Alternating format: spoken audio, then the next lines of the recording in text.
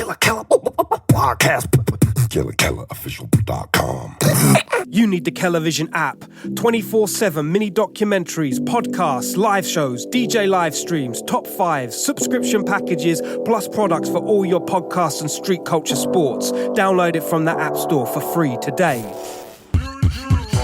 Beatbox created. Killer Keller. And we're here to talk about world music and street culture. Killer Keller podcast. Our mums are the same or something. That's another podcast. That's a more in-depth podcast. Ladies and gentlemen, Killer Keller podcast, live and direct. Central London, Central as it should be, could be one of the, or dare to be. God damn it! Big shout out to everybody who's checked out the Kellervision app, graffitikings.co.uk inside the place, and to join us on this fine morning, two gentlemen of a three-piece, four-piece? Three-piece, maybe a hairpiece. Depends where you're situated. In the West End of London, the West Sides is a band that I would say are holding the flag for UK rap combined with ska, reggae, punk in a live format. Don't say it, I've seen them live and they're fucking great. And to hear that they're in the West London area just tickled me with joy. Big shout out. The Goldborns, Justin, Josh, how are we, people? How was that? It was a bit of freestyle. You should work for us, mate. You want a job? Yeah. Oh my God, we need a manager, guys. I thought I'd set it up because, I think for street culture, there are certain overlooked overspills, the outer fringes of street culture, where often it's like we go down this road of, well, this is the relevant street culture thing now. But the truth of the matter is, there are architects beforehand that you guys are now pushing through, genres and areas like of punk and ska and reggae. Yeah. That for me, I'm like, that is the buck stops there as far as fucking street culture goes. You know what I'm saying? I feel you. I think it's hard. People want to put you in a box, so it's as much as it's great being influenced by different things. I think for a lot of people, when they can't put something into, this is what you are. It's a little bit of a mad one. But, it's been like that for years, especially with labels and the industry. But I think now, kind of more than ever, if you don't fit one genre, then we're like, whoa, come on. But I think that's kind of part of our strength, really, that we are a few different genres, So then we attract a different audience, like from different sectors. You've got people that are into hip-hop, people that are into punk music and ska. And so, fuck them. Basically. Oh, no, don't fuck them. Love them. Love them. We'll change.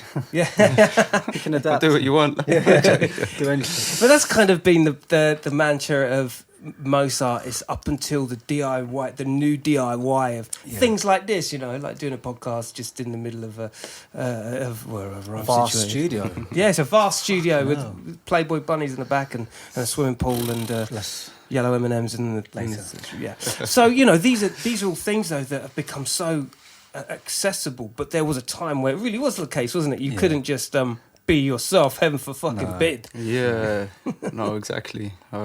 It's been a blessing and a curse. I think that's the best way to say it. Isn't it? Well, because we're in charge, aren't we? Really? Yeah. We don't have to, We can make the music we want. Yeah. And, it shows all of our influences and. Define your influences. What are your influences? Well, we're all kind of different. We all come from me and my mate Max, who's the drummer. We come from a more hip hop background. Hold tight, Max. And I think Justin. I've been in bands for years, learning my craft as a songwriter, doing shows. So we've merged our styles, and it's just worked really. And then when Max, our drummer, came in, it was like the final piece of a jigsaw. And it's just that crazy sound live, kind of in a hip hop backbeat with that ska thing, and with Josh's Moogie dub bass. It just all seems to work. Should it? No, I mean, it's quite natural, and we all, it was never intentional for us to be in a band. I know Justin's been in bands, but me and Max, we just make beats and play football and just been out on the roads kind of thing more. Do you know what I mean? So and kind of football brought us together. Yeah. Really? And we all known each other since we had Rangers, little obviously. kids. And The finest football team in Shepherd's Bush. Me and Justin went to primary school together, and he got me down QPR one time, and Yeah, you were like, it's fucking rubbish, isn't it? it's amazing. It's the singing, the songs, and the Yeah. banter. I think that's what really got me into. Yeah, it's about the culture of Rangers more than the football. It's about, Yeah. like, the, you know, And it's a family. And family you go around club. the country. We used to go home and away. So you go Yeah. around the country watching QPR to places like Oldham and Stockport.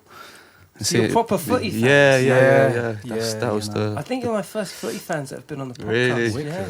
Yeah. It's hard to find the time these days, but and the money. But Well, no, we're still. it's hard to get down there anyway, really. Yeah, Can let us exactly in. that. Yeah. Yeah, not without a face. Well, actually, that should Soon, be on, hopefully, but I don't know, a bit weird, isn't it? Yeah, exactly. I mean, these are all these are subject matters that Mm. I've in delving into your music. By the way, hold tight. New release out now. Broken Homes EP. Come on. By the way, that is Kenny on the front, a famous West London Ladbroke Grove face. Kenny Swindles.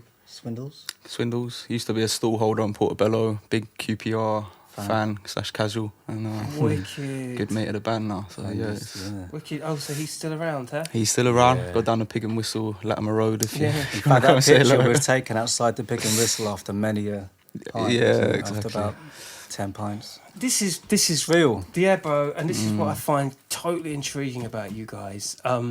You're local to me, local enough, and I actually found out from B-Boy Documents, Whole Type B-Boy Documents, who put me onto you guys, and your devotion towards the area of West London. Like, you know, we're talking Ladbroke Grove here, we're talking Shepherd's Bush, we're talking Latimer Road, we're talking Portobello, all these areas that it's a radius. For those of you from outside of London or even outside of the UK, this is a radius within West London that has been home and privy to so much cultural diversities, music genres, overspill of all types of art. Acting, arts, Yeah. music, everything. And it's just incredible. Yeah.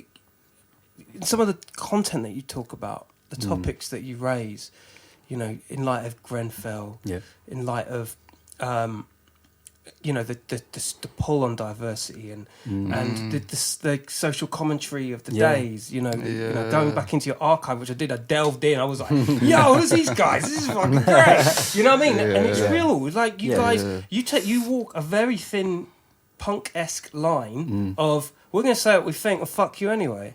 Yeah, Pretty much. punkish, hip hop in a way is like we are the community. It's like people have said before, you got the community in the video. It's like they're our mates and our family. Yeah. You know, it's not like we've got in touch don't with people try. and come to the area, because a lot of people see it like a zoo.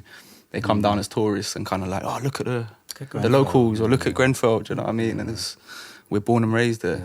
I grew up in Grenfell and at the bottom of Grenfell and that. So I think It's you're very also personal. taught to write about what you know when you're a kid, and you start writing songs, and this is what we know. We're from here, yeah, and we, you know, it's just say what you see and write about your backdrop and where you're from.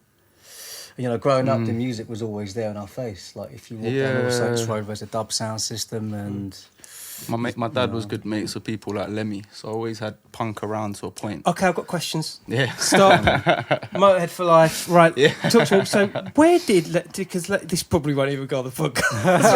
I've just got loads of questions. So, did he used to live on this road for a piece? Do you know, I was too young. When he was knocking around, my dad was probably in the early 80s or late 70s, and like I don't want to expose too much, but Please expose too much. he used to get his my nan was his dealer, so he used to tell everyone get his off. That's And, fucking incredible. So I used to have people like that coming round, but I was a little kid, you don't know who they are. Until later on, my brothers or whatever would be telling you, do you remember when Lemmy used to come round? They'll be like, oh, you're too little, because they're 12 years older. Yeah. So I never really got into punk music and stuff. I mean, until I was going QPR, and then you'd hear like the Clash playing. London Calling, yeah. Like, oh, that sounds fucking wicked. Like, what's that? I wanna. And he found out that's the Clash, and Mick Jones is a QPR supporter too. All clicks in. And that kind of got me more into it, and the history, and but Yeah, it's like your DNA, isn't it? yeah, kind of like a West London thing, yeah. they're very, very, and Yeah. yeah.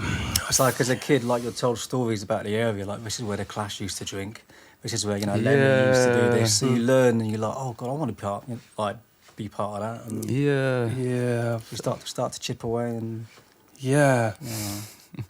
Yeah, it's a mad one. Yeah, a lot of history. And there's, oh, mate, I've got so much fodder we could talk about here. Yeah. Like, there's obviously the carnival Yeah. side of things, and then there is this Ladbroke Grove as an area.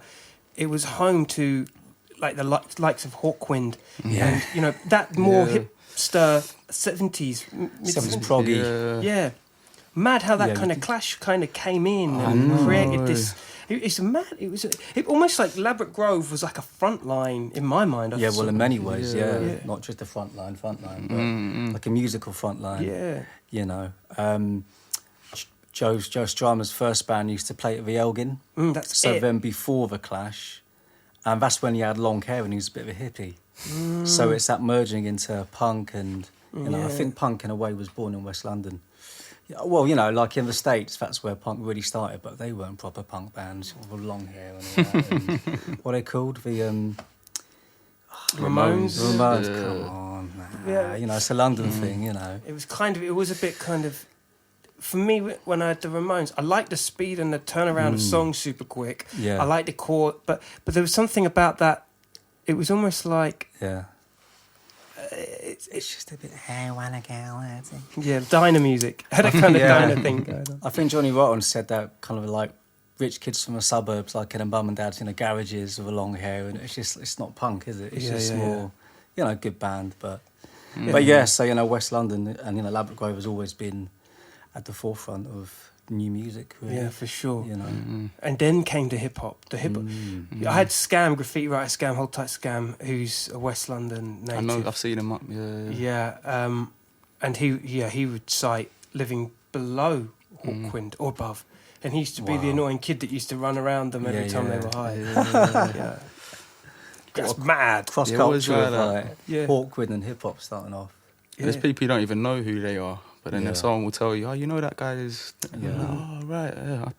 Yeah, You know, it was quite an innocent way of growing up, but yeah, it was kind of segregated in a way. But I think, like I say, I come from a more hip hop background, and the hip hop, reggae, ska type sides, although they kind of got on with the punk, they were quite separate. yeah, So I didn't really know all of these punk people. yeah. Do you know what I mean? And until Grenfell happened, and then I think they started having to bring in the other side of the community more because they are the voice of the street. So then we started getting more opportunities after Grenfell. Well, because 'Cause we couldn't people- really get a gig before that, could we? No. You know, we tried to get shows around here, but they weren't kind of, you know, supporting artists from around here. No, they were supporting it's weird. you know, artists from out the area. And Yeah. so That is weird, isn't it? 'Cause Yeah. Really there are weird. plenty of lots of good artists coming out. man, like Kilburn High Road is just littered with pubs. Yeah, yeah. It's the only strip that I can think of in West London that you could probably do a crawl like you would in Camden. Great times Yeah. in Camden growing up as well. Yeah. yeah, Camden we've done as a well. few shows in Kilburn in the past. Yeah, back in Camden the and Kilburn, boy. day. Yeah. The Camden shows can just get a bit much. I've never done any there playing myself, toilet but circuit and Yeah. it's more great nights out. But It's like what I said Yeah. on the Skinny podcast, you know, well, we alluded to the fact that behind the Camden curtain yeah, is where the real action kind of Oh, yeah. still Amazing. happens, don't it? yeah. So when did you guys form? When did this all begin? Oh, we've been making music for a few years, just me and you, like in your mum's Yeah. basement, kind of. well, we were in the pub once, and then I played them a hip hop beat that I've made. Yeah. I've worked with people like Loki and Hold Swiss Tight Low-Key. and Clash and all those type of people when I was younger. And then I was playing him a beat, you know, having a beer. And he's How'd like, you oh, do? send me that over. I'll put some guitar on it. And then so then literally later on that night, he sent me something. I'm like, fucking hell, that sounds really good. Like, Mad. so then, Little garage band. you know, it just, we did that a few times. And then we thought, look, this stuff's too good to not put out there. Yeah. But then like, we did put a couple of tunes out, and it was kind of a bit too eclectic for people. So then after a while, I was in touch with my mate Max. He produces for a big rapper called Hectic around my manor. And I think I said to him, I've been trying to do this band thing. I might play some bass guitar. And he's like, I've been playing drums. His dad's a big drummer, like a jazz drummer. Nice. Trying to remember his name now. John Stevens, I think. I can't Maybe his remember. granddad. And so me and Justin were at the Tabernacle one night in Power Square, and I got him to come down. And there was a drum kit there. They just let us use it whenever we want. Yeah. And he got on the drums. I was like, oh, I didn't know you could actually play the drums. And it was his own sound. It's not like he was copying had like hip hop elements, jazz, a lot of reggae. So when we started playing, we just kind of, it just happened. It's a bit of a light bulb moment, wasn't it? It'd be like, because before that we were using kind of backing tracks and MPCs, and it was good, but live it's a bit like, people were going like, because it's no swing, it's quite regimented, isn't it? boom, boom, Yeah, boom. exactly. It's still sounding amazing, but it's just not the same as having a real drummer. Drums changed the whole thing, Mate, It just made me play differently, and then you and him clicked with the bass. And I found like a cheap drum kit on eBay or something or Gumtree. We went and got it. And then it was just in my mum's bed. We made all our stuff in my bedroom at my mum's. And then, and then I think Mick got in touch. Mick Jones watched us and he's like, "Come down the studio." Mad. And I was like, "All right, wicked." How was that? How was it? A casual call from Mick Jones for you? And we had this gig, wasn't it? I think It was a gig under the. Was it Acklam? It's Acklam Village, Portobello Road. It was a rainy Sunday when I was just at home in bed, and then you called and said you want to do a show in about 2 hours, and I went, not really. Mate, But then I came down and it was pissing down. everything went wrong that could have gone wrong. We actually did the worst set of our lives. Really? And as we were coming out, like, I think Mick and Gary came up to us and they were like, "Oh, that was really good." That was like great. And we looked at each other like, "That was terrible." Like, and they said, "No, we loved it. Like, come to the studio. I want you to come down and work with us." Like, so. But before that, I think they got told about us by someone on the Sex Pistols. Paul Cook, he's the Sex Pistols drummer. Cookie. Yeah, Cookie. So I bumped into him in a pub. I didn't know who he was. I think He's from around the area, isn't he? He's Bush, Hammersmith or Bush. Yeah. And he was saying something about the Sex Pistols. So I said, "Oh, one of my dad's old mates was the tour manager, Boogie." And then he heard me. He's like, "Seeing as you said Boogie, I was the drummer in the Sex Pistols." And I was like, "Oh, shit, let's have a drink." So we had a pint.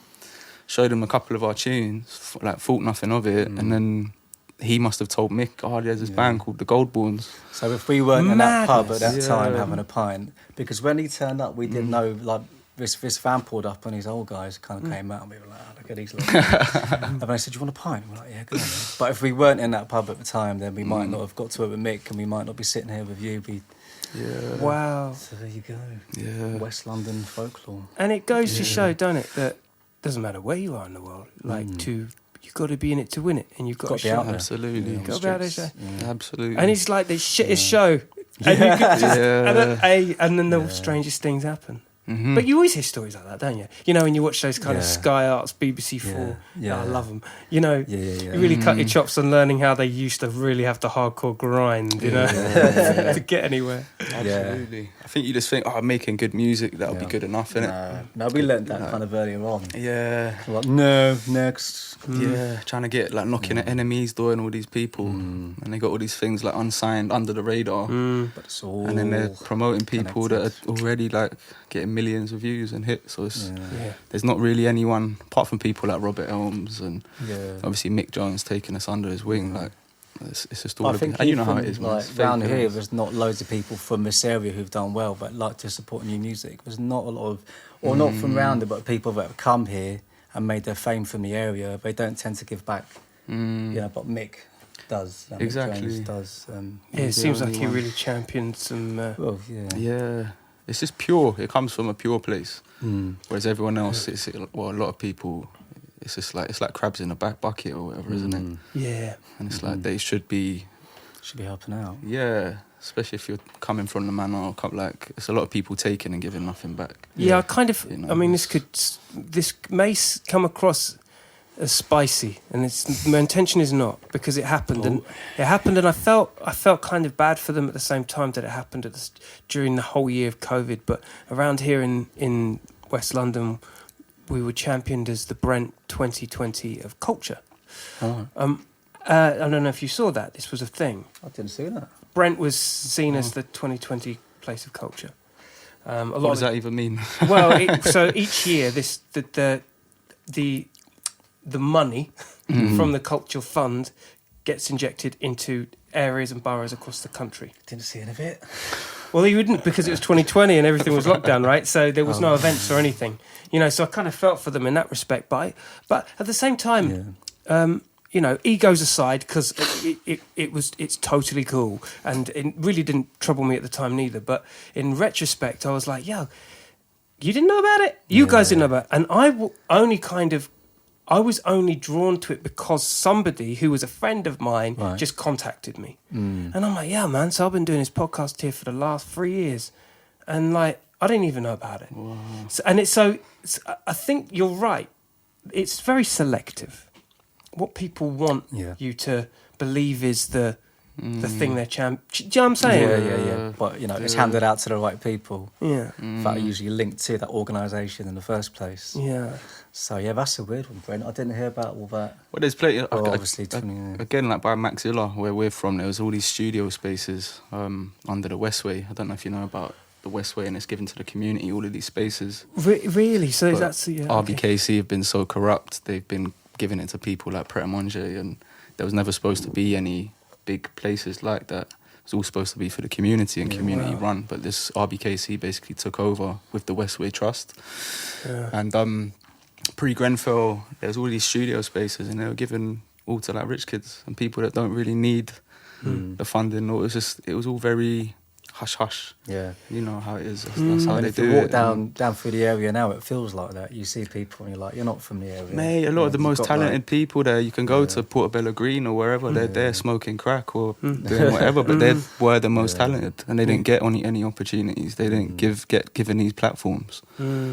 But that's the talent, like if you know, and it's sad to see, but it's the same with footballers. The amount of footballers growing up, we played at the bottom of Grenfell Tower. It was the only free communal space. It was called Green Pitches. And the amount of best footballers growing up, and they ended up doing something else, stabbing someone, going to jail, getting mentally, selling drugs to support their family or to support themselves. And it's just sad seeing all of that talent, all of that homegrown go down the drain, basically. Because they're not nurtured, because they're not cultivated. Yeah, we don't know about these things or about these spaces that are given. Like the people that go to nice schools or their parents are well up, or you know what I mean, you come from not broken homes. You know, funding as well. It's like you Yeah. don't get told about funding. But a lot of when us, it ends and you haven't applied for it. It's yeah, your dad's not. But my dad was in jail a lot of my life or whatever. So you know, your mum hasn't got the time to be finding out about these spaces, and she's working 2 shifts a day or whatever. So it's just, you know, the opportunities are there. I think they're just given to the wrong people. Yeah. It's like there is people like, oh, there's no money these days. There's tons of money. Yeah, there is loads of money. Do you know what I mean? There It's really just is. It's just kept in a small circle. Like if you look at the whole kind of music industry in general, they say there's no money left now, but there's a lot of money, but they're actually going like to Brit schools and drama schools and they pump the cash in there, like almost to groom them to bring through the next pop stars that are like Ed Sheeran and like the rest of them. So there is cash, but again, it's being funneled to the drama schools, and they go, look, we've got another carbon copy of James Bay. Exactly. Is that a security thing? Because maybe there's aspects of Oasis or Sex Pistols that people they're high they don't want just another don't, one. they don't want to repeat. They don't want another one. They're like, Which is oh. fucked. It is, I remember that band. Do you remember that band, The View? Yeah, it's from Up in Aberdeen or something. Aberdeen, Really? They were all wicked, yeah. Aberdeen. Scruffy little. Aberdeen. They don't want none of that. They don't want working class they want people. nice. They don't. They like the image, or they like to be safe, innit? Yeah, exactly. So, you're a little bit too for us. Like they like people that look like it or whatever, but they're not. It's like the kind of fake But ones. that's also about targets, because they got all these targets to meet, and if they've got this artist that sold loads of records, and if they get another one that's just the same, it's going to sell loads of records. And then the general public are the ones going, okay, yeah, sounds good. Yeah. Or kids, you know, a lot of. So what's the? Because obviously you've got the new music, and this, you know, for every person that watches this, you've got to check out the Goldborns. And like, what's your plan of attack? What's your power moves to combat these? Get them from the bottom, and do them up there. Chisel our way up. I don't know. It's hard. You could easily get in your feelings and start calling out people. There's a lot of people. I think you're the band to totally do that. I might. And it will happen. Resisted from it. It will happen, but you know when you're being really nice and you come to a lot of these people, you bump into in the area. It's a small area. Yeah. So I bumped into a lot of people, and the first 1, 2, 3 times you're being nice and humble. Yeah. Be like, oh, check me out. You know what I mean? I've got this, like, fan of your work, like. But after the second or third time, and they're not even giving you the shine, the moment of the day, and you start questioning yourself. You're like, hold on, no, this is actually the best piece of music I've ever made, and compared to especially what's out there, it's frustrating. And there's slightly only so low. many times you're going to be nice, so you end up just being like, end up banning someone from the area or something. No, but seriously, it's just really frustrating because these people bang on about Ladbroke Grove and all of this stuff, and it's like, hold on, like I think everyone's just getting a little bit. Was it the smoke and mirror? Like, so anyway, that will eventually happen, but I think just trying to focus on the music, and we've got enough. We've done pain everything and ourselves so- as well. Like this, we actually produced ourselves. Yeah. We engineered it ourselves. So I think the next step is to work with someone, with like a producer who can take it to the next level. 'Cause you guys And maybe graph open as some well. doors. Like you guys, you guys graph. We've got some connections in the graph a lot of like world, people. yeah. He said, I said, or whatever. I knew there's a little kid around here. He passed the other year. That's right. Hate obviously passed away, and that. There's a lot of graphers we know. Yeah. And grew up with, like, we didn't do it ourselves, but you know what I mean. They were this on one the train tracks. And was a funny one because we did it, but then we didn't want anyone to steal the idea. yeah. So then we went back the next day painted over instead to go and paint it. But then it was gone already. Someone painted over it. There you go. That's all we're talking about. So like shit. if we did- And then you got Lee Scratch Perry. yes. Woo! Like some serious bits and bobs going on here. Live from the bunker. Live from the bunker. So- And it is a bunker. That's Mick Jones's studio, and it's Yeah. very small, about the same size as this. Very hot, there's no aircon. Yeah. Yeah, it's Just how we interesting. like it. Sweat dripping down. So Work for your proper. money. Yeah, basically. Yeah, that's the best shit. Yeah. And that's what that's the stuff dreams are made of, surely. It's just boom tish, just get in. And I think we only did about two takes of each track because we were just like, It's such a rush. Get out In of there, hindsight, would have liked to do each track and not do it live. And Or would you? I think it's got that rawness because we did it live. But when looking back, we're like, well, that's just us. I think yeah, that's how it is, isn't it? and I think some people might be like, I don't know, they don't really get that it's live because it sounds like a studio record. Does, yeah. So a lot of people that hear it and they'll think that's a studio album. You've done everything on a separate tape. Did you put live on there as a kind of protective sheen to suggest that? Yeah. Because we don't want people to judge us based on the quality of the production, more of the performance. Probably the production, I reckon. Yeah. I mean, we're quite proud of our live set. Yeah. So I think we just wanted something. Like, we're in a rush, and like I say, it was kind of like if we do it as live, hopefully people know. Yeah. Because I saw you at the 100 Club. Yeah. And, I mean, I was reasonably good gig. inebriated, but I was Yeah. successfully drunk. But yeah. I was supporting Glenn Matlock from the Sex Pistols. Which and is it's just fire. like a sea of Sex Pistols fans going like that.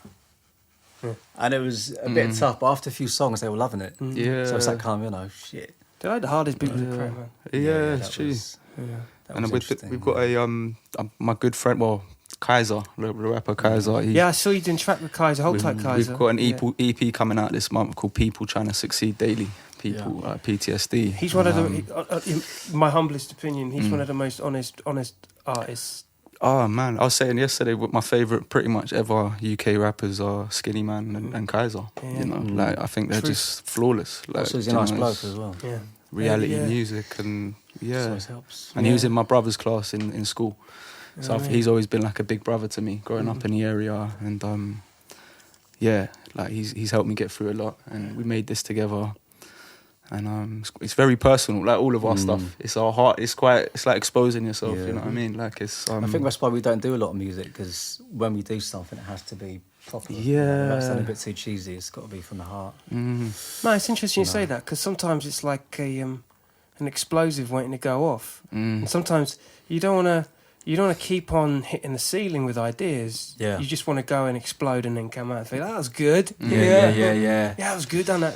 That's kind of like how I like to work, to be honest. Yeah. I mean, we get people saying, you should do more stuff, you should put more stuff out, but I don't know, it just doesn't feel as special if we just put something out every 2 weeks. I mean, we could. No, put a track we don't out, really have the but- time. Like, I've got a couple of kids and stuff. We've got jobs. We've got bills to pay. So like, it's amazing going into the studio, and we've got. Now you got to this point, you get people offering you to use the studio for free. Do you know what I mean? Like, things like years ago, we didn't have that opportunity. So because of that, we are able to make more music. He's But, he's actually like, you're on the run right now. You're on the ladder of... It feels like you're... I mean, Nick, I'm just stepping in. You guys are just being introduced now.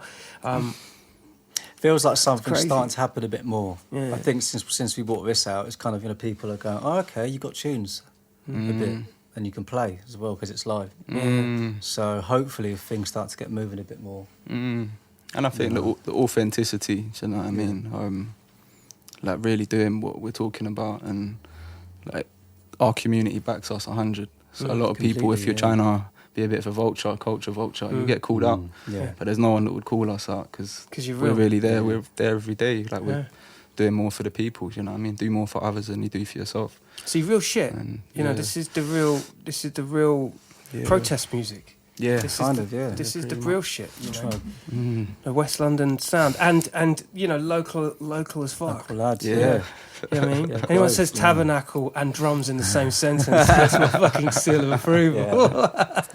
Well, Good yeah, times. we grew up here when it was even worse than it is now, and I say worse. I mean, yeah, it was interesting. It was one of them You know, places, it was- especially like my brothers and my dad and my grandparents were growing up. It was like, oh, you're from Ladbroke Grove? Oh, sorry. Like, do you know what I mean? Because it was the slums of London, wasn't it? Like Ladbroke Grove was literally, it was a bomb site. Yeah. I've So, seen the pictures, man. The stories are the grim, man. My family stories and history is grim, but that's just how it is. And that's I how mean, all the the carnival stories was are. just like a playground for us though as a kid, wasn't it? Yeah, It's no, like it was great just on our times. bikes, Yeah, cycling it was around great carnival. times. It's just Very privileged. It's very privileged, but it Yeah. comes from a very unprivileged history, and that's probably the nearest to saying it. Innit? It's like, so I think in a way with these tracks we're trying to keep it going and keep the kind of tradition going with the area before it all gets wiped away. I definitely estate feel agents and fucking this bougie pubs. Actually, I can't even get into it. I can't. This is another podcast. My narrative right here is I'm a conduit. I'm merely a conduit. You know.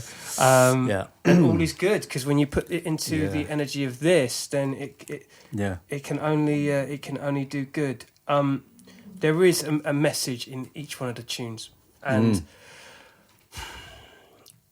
I feel like the connectivity, and I think it's only because I'm on the ground and I'm so close to it. I really feel like there is a sound that is part of West London, the kind of environment, and I don't know why it hasn't been, taken and run with, or anyone hasn't done it up till now like you guys have for this generation. That's pretty bonkers. I think with a dub and reggae kind of vibe, a lot of people don't really want to touch it. But I think we're a bit like, fuck it, you know. well, someone at NME said about Broken, one of the songs, it's like, oh, it's a bit too ska for me or something. Like, what are you talking about? it's Like like what? Because there's one real ska music, influence or the offbeat guitar.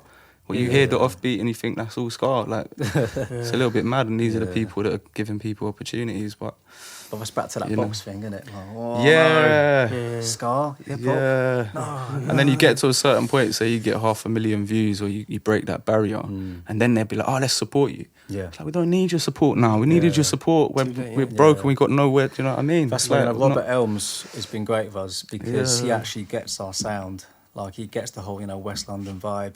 And he just supports us, and he's played our tracks a lot. Explain Robert Elms. So Radio 1? BBC London. London, okay. And he's a West London boy, he's from around here. And he's also a QPR fan, funnily enough, so that helps. But yeah, he just gets the tracks and he gets what we're trying to say in the music. And he's, we've got a lot of fans, I reckon, because of Robert Elms. Yeah, definitely. We owe a lot So, to him. His support is, The fourth goal ball, maybe. He's helped out a lot. That's what happens when you find a fan that's like super on it. Yeah, definitely. Yeah, definitely. So, good on Robert. So what's the plan with this? Now you got this. Now this is popping. What's the plan? What's the plan? We've got some new music coming, and this time it won't be live because we've been there. And that was interesting, trying to sort out a live EP. So yeah, we've got some new tracks that we think are even stronger than these. We're hopefully going into the studio with a producer. We can't really say who it is yet, but he's proper. So yeah, we've got some new music coming. Hopefully going to get it in more people's faces. Same old thing, talking about where we're from. Yeah, more political. Go hard. Yeah, I just feel like why the fuck not? Yeah. Why throw out the pole and see who salutes it. Yeah. Do you know? I mean, like it will scare some people away, but who That's cares? yeah. Well, they're already away. Exactly. Yeah. In fact, we're so far away, they'll come back.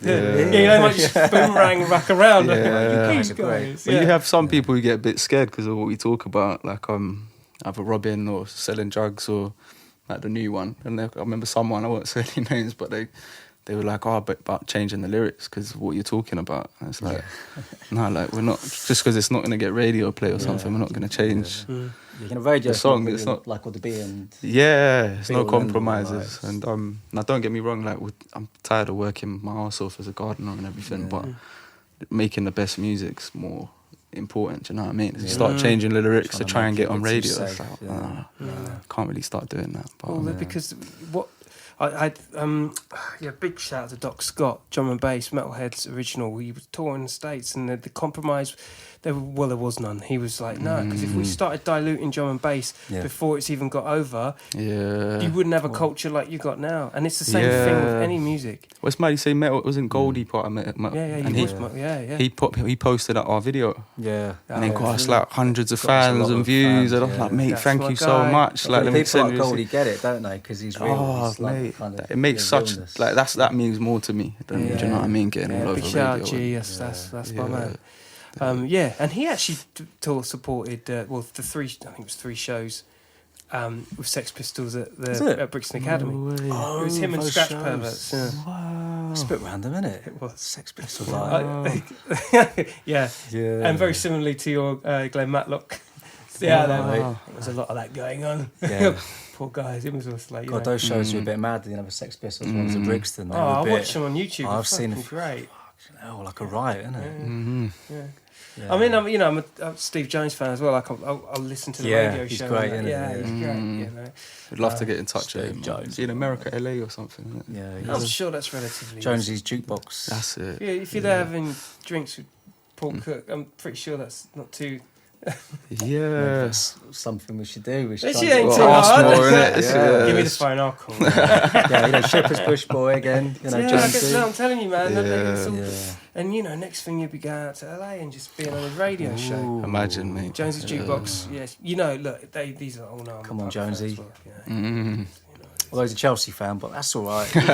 We're still friends for now. And as far as hip hop goes, so UK rap through and through. You saw me play a deal real. When I was a kid, I was the youngest one there. I was like 12. A couple of my mates, we used to go down, and we were the kids like Doc Brown be hosting. Yeah, hold tight, You'd Doc be on Brown. stage, low key. That's it.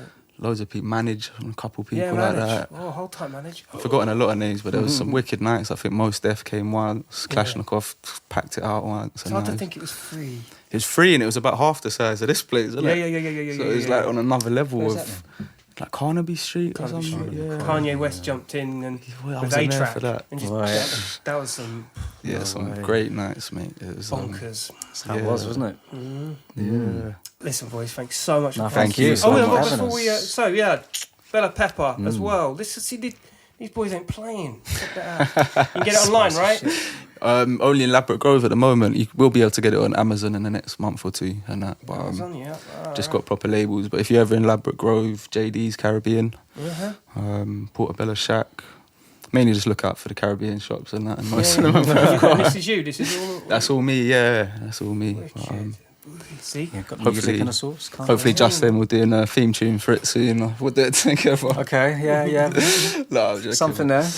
Yeah, but it's very hot, but it's the flavour's worth it. Yeah, I'm all so. about that, man. Yeah. I'm all about that. Listen, this is proper local business, all right? West London's finest. Come on. Trust me. And You you are. gotta check it out. The gold borns are in effect, all right? Thank you very much, Jay. Thank you, mate. Nice Yeah. one. Wicked. Thank you. Jay. Thank you. Jay. Nice Hold tight. Big shout out to Max as well. Max We're out of Zala. lane, we're out of fashion, people. You stay lucky now. Killer Keller podcast, Be struggling good. with great vengeance. Don't talk to anybody I wouldn't. Peace. That was good fun. Nice one. Yeah. We should do more though, shouldn't we?